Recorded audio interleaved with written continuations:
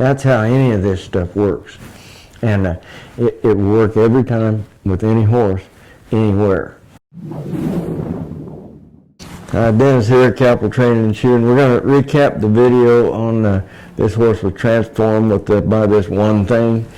And you know, there's more than one thing going on in this video. There's a lot going on in this video. However, forward motion is the key. But it's not just forward motion. I mean, it's typical of a horse when they do not understand. They resist going forward. Resist is where the key is. In that resistance, you need to have some tools to encourage a horse to go forward with, and it's in that encouragement that they overcome the resistance. When they overcome the resistance, then you set the stage for almost anything to be possible for you to ask that horse to do. I call this forward motion under pressure.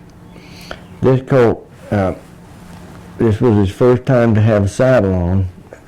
He'd been saddled before, but he bucked every time he had the saddle on. And I worked him on the ground a little bit before we put it on.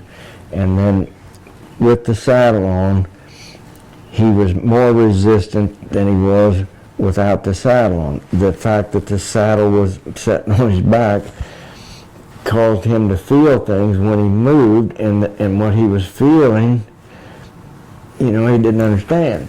So he didn't want to go forward. And not only did he not want to go forward, he kept wanting to assume a defensive posture of facing up to me. They all do this. When they don't understand, they're going to want to face up to you. Now, I want the ability to face my horses up to me, but I want it to be my idea. I want it to be because I've stepped behind and asked them to move their hip away. Not the fact that they're trying to get that hip behind their shoulders to just avoid me. And that's what you're going to see this horse do. Now this video, watch it to the end and watch the attitude change in the horse.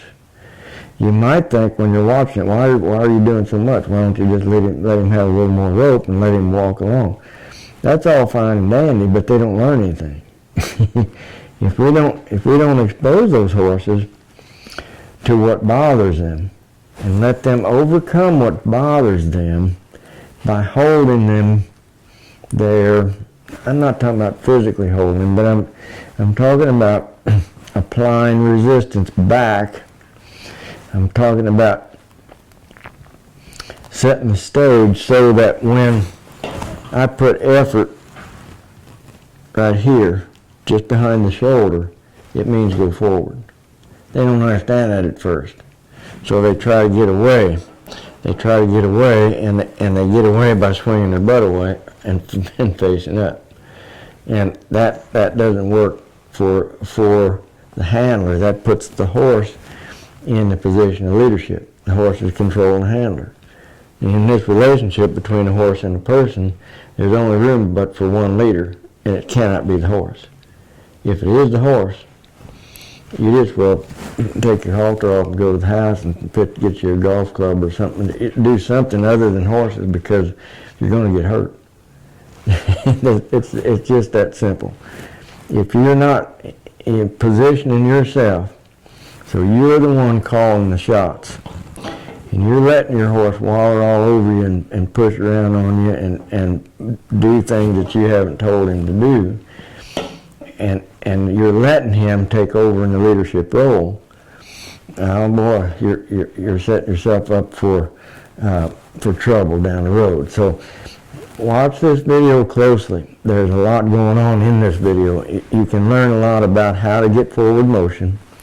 You can learn a lot about how to put confidence in the horse by overcoming the resistance to that forward motion.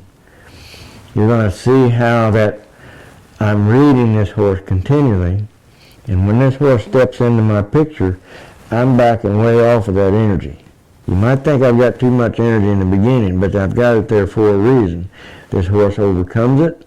When he does, he put the slack in, he put the release in.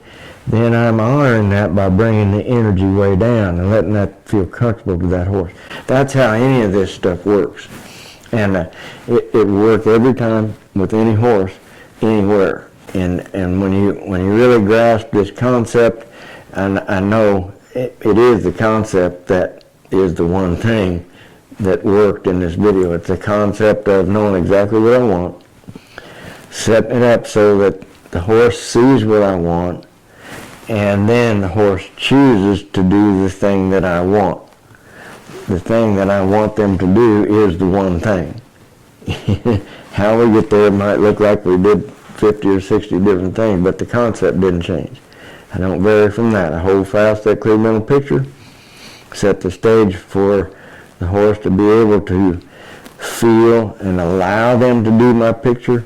I just don't let them not step up into it. So anyway, hope you enjoy that video, and look forward to the next one.